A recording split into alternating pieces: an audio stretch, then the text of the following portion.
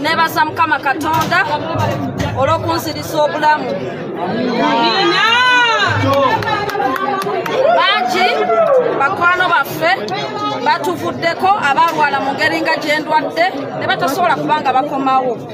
Okugeza nina kanso wa Mary Anthony nawuzanga naye nnyo emisango egyo egya pro bono, naye bambi Mukama teyamusobozesa kukomawo kuva bweru nga mulamu. Tulina Honorable Ssegirinya Muhammad naye bw'atyo bwe yalugenda, n'abantu baffe abalala bangi abagenzi bwe bati. N'olwekyo nina omukisa gw'amaanyi kubanga nze Mukama Katonda ampadde omukisa ogw'okukomawo mpeereza abantu bange. Tumwebaza nnyo Mukama era tusaba emyoyo gy'abagenzi gyonna abeere ng'agiwummuza mirembe. Ate mu kiseera kye kimu tulina bakomrades baffe bangi abaafuluma nga bwe nnafuluma, naye nga nakati essaawa eno tebannasobola kufuna busobozi bukomawo mu Uganda wano. Bakomrades baffe nga journalist omu Ashraf Kasirye, mwenna mumanyi nti yakubibwa omutwe ne gwabika, naye nakati essaawa eno akyagezaako okutetenkanyizibwa okujjanjabibwa takomangawo. Tulina Sadan Magic producer president waffe, naye ali bunaayira, bamubetentula amannyo gonna ne bagajjamu ne bamuteekako damage y'amaanyi, naye paka kati akyajjanjabibwa n'abalala bangi. So bwe mbanga nze Shamimu Malende Mukama ampadde omukisa naye mbanga nze ngenze n'ezijanjabibwa naye nkomawo nga ndi mulamu. Mukama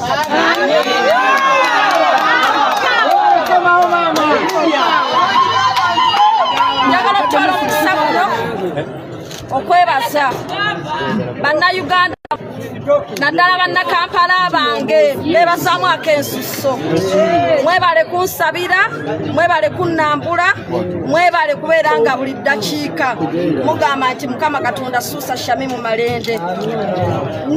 N'ekirala njagala okwebaza ennyo omukulembeze waffe Robert Kyagulanyi Ssentamu awamu ne maama Babi Itungo bwe baalabanga obulamu buggwerera bajja ne bantuuza ne bangamba nga tulaba obulamu bugenda. Tubadde tusaba tukole kyonna ekisoboka ofulume ebweru w'eggwanga obeere ng'ojjanjabibwa, era ne bakola buli kisoboka okulaba nga nfuluma.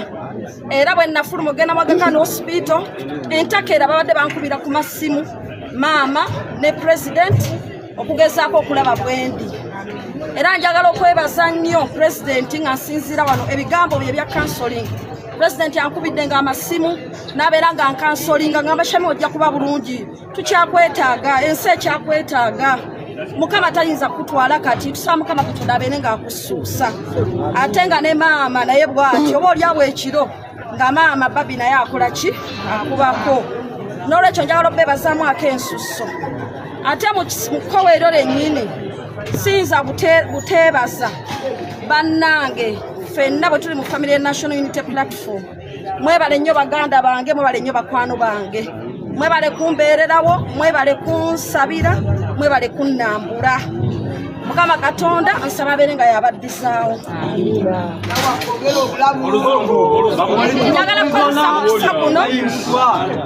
Njagala kukozesa mukisa guno okubeera nga neebaza abantu mwenna mu biti byammwe abaasituka ne mugenda ne munziikirako omukadde taata, kubanga ffenna tukimanyi bulungi nti nafiirwa omukadde taata nga ndi mu ddwaliro ne sobola na kumuziikako.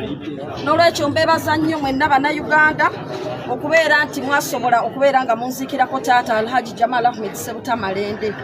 Mwebale nnyo, mwebalire ddala.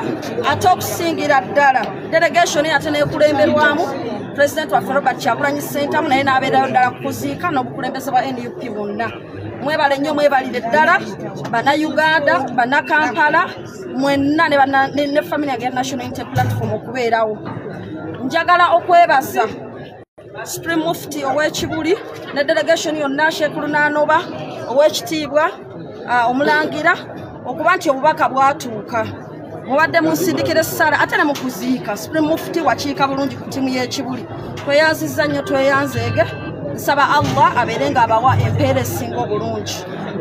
Mu nsonga eyo era eya taata njagala kutwala mukisa guno okwebaza Katikkiro w'ekika ky'Emmamba wamu ne ttiimu yonna nga bwe mwajja era ne mubeerawo okubeera nga muziika taata n'okumusiibula. bannange buli alina kye yakola ku kujjanjaba taata ku kusiika taata tumwebaza nnyo tumwebaliza ddala nsembyayo bakulembeze bannange mu kibiina kya National Unity Platform ba foot soldiers bakwano baffe bannange buli omu kye wakola mwebale nnyo mwebalire ddala okubeera nga mwampeesa ekitiibwa ne mugamba nti taata wakirekere Shami Munga bwali muki mu bunafu mwebale kubeera famire ennungi olwaleero nkomyewo naye nga sikomyewo mu ngeri ya bulijjo ng'era embeera bwe mugiraba tubadde gye tuli naye nga naffe bigenda mu maaso mu Uganda tubiraba era olumu tubadde tusindika obubaka okuvumirira yadde ebiteeke by'ebiyisibwa mu palamenti n'embeera y'okutyoboledde emba ly'obuntu egenda mu maaso n'olwekyo nkomyewo olunaku olwaleero nga nkomyewo n'obubaka obw'okwekalakaasa okw'emirembe era ng'okwekalakaasa okwo kulimu okuba nti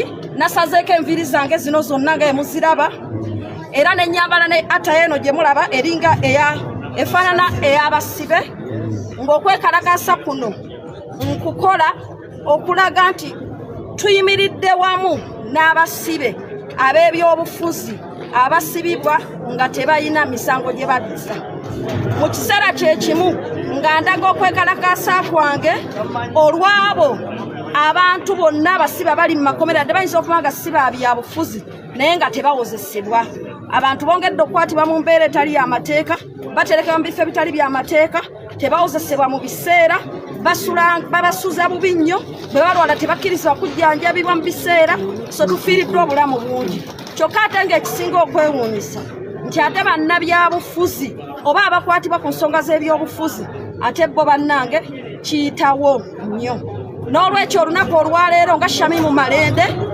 nze era nga nsaba bannayuganda bonna buli ali mu mbeera ey'obusibe abeere nga agoberera ekintu kino okulaga bannaffe abali mu makomera tutimiridde wamu nabo buli asobola salako enviiri zo yadde nga toli musibe tusobole okuyimirira ne bannaffe tubalage nti tutambula wamu nabo era tulumirirwa ekyo kye bayitamu ekyokubiri tugenda kugenda mu maaso n'okutalaaga okulaba nga tuyamba abo bonna bonna abali mu makomera ku bwereere ng'era enkola yaffe bwebitayirira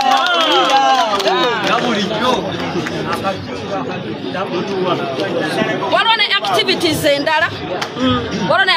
endala zetugenda okukola mu maaso awo naye nga activities ezo tujja kuba nga tuzibuulira bannamawulire ezikwata ku kununula eddembe ly'abantu ate wamu n'okubeera nga enteekateeka yaffe y'abannakampala ne bannayuganda banyigirizibwa tujja kwongera okujanja mu maaso awo naye essaawa eno nsaba munzikirize nkowole mwenna bannayuganda abakwatibwako naddala bannakampala bange nti abantu bangedde okusibibwa awatali bwe nsonga buli muntu yenna ng'omanyi nti wali omanye ekkomera bwe liruma ng'olina omuntu ali mu kkomera oba nga tokkiriziganya na mbeera yakubeera nti abantu basibibwa ebwemage beera ng'ogoberera protest eno gye tuyise peaceful protest ey'okuba ng'osalako enviiri programs endala tujja kuba tugibategeeza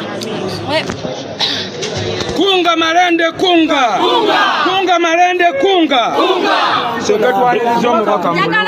brief in English. Just sit on the main points. I would like to thank the Almighty God for giving me. We have lost many comrades, like Comrade Wameli Anthony, Honorable Sajirinya Mohammed, and many others. We have also had many of our comrades who are still overseas that are receiving treatment and have not yet made it back to Uganda. A case in point is Southern Magic and our comrade Ashraf Kasiri and so many others. So I thank the Almighty God that He has given me another opportunity to live. Secondly, I would also like to thank my fellow Ugandans and the people of Kampala and my NUP family for always constantly praying for my recovery and checking on me. May God reward you all abundantly. I would also like to thank everyone that stand up for the burial ceremony of my late father Jamal Ahmed Seuta Malende, and that delegation was led by none other than His Excellency, the President, Robert Chagulanyi Ssentamu, the Katikkiro of Mamba clan, and the Supreme Mufti from leading the Chibuli team. I thank you all, including my Nook family, for turning up, and my people of Kampala and Uganda at large. Thank you so much for attending that burial. Now, I return today in Uganda with a peaceful protest in favor of our political prisoners. I decided to cut off my hair, as you see it, and also get clad in this prison-like attire to show solidarity with those prisoners. We want to tell them that we are with you, and we are standing with you, and we despise any kind of persecution that is being put against you. I call upon all Ugandans who are of good conscience to follow suit. You can cut off your hair, you can dress in a prison-like attire, you can do anything to show solidarity with those people in prison. In the meantime, we shall be resuming our prison visits to ensure that we bail out most of our comrades free of charge, as we have always been doing. Other programs regarding the prisoners, other activities, and also regarding the programs for Kampala and other Ugandans that are oppressed, we shall be communicating to media in a few days' time from now. I want to thank all of you that have come to welcome me. Thank you so much. I would like to thank everyone in their own capacities. I'm so blessed and I'm so happy. Daphne, I'll have another day for mentioning names, but thank you so much, all of you, for turning up, for sparing your time. I cannot thank you enough. May the good Lord bless you so much.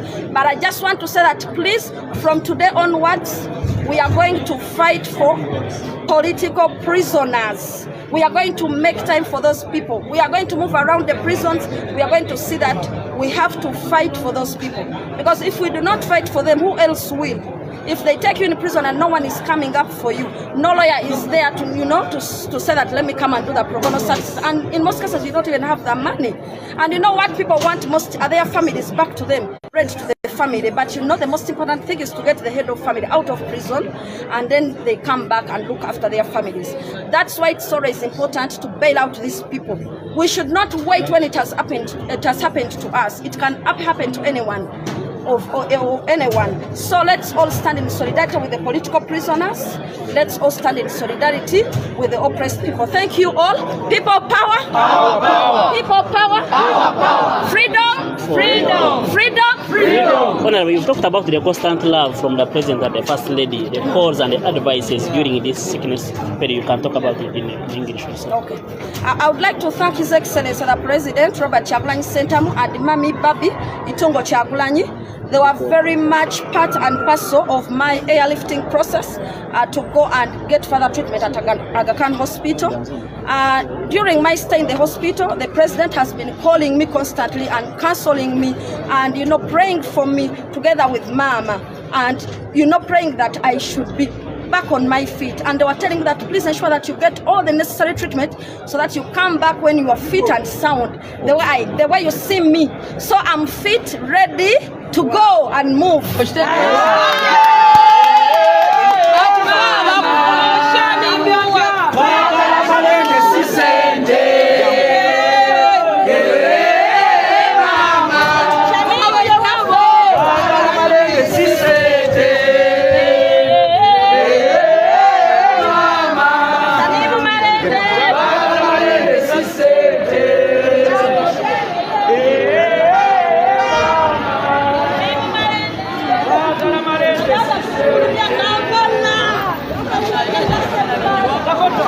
No,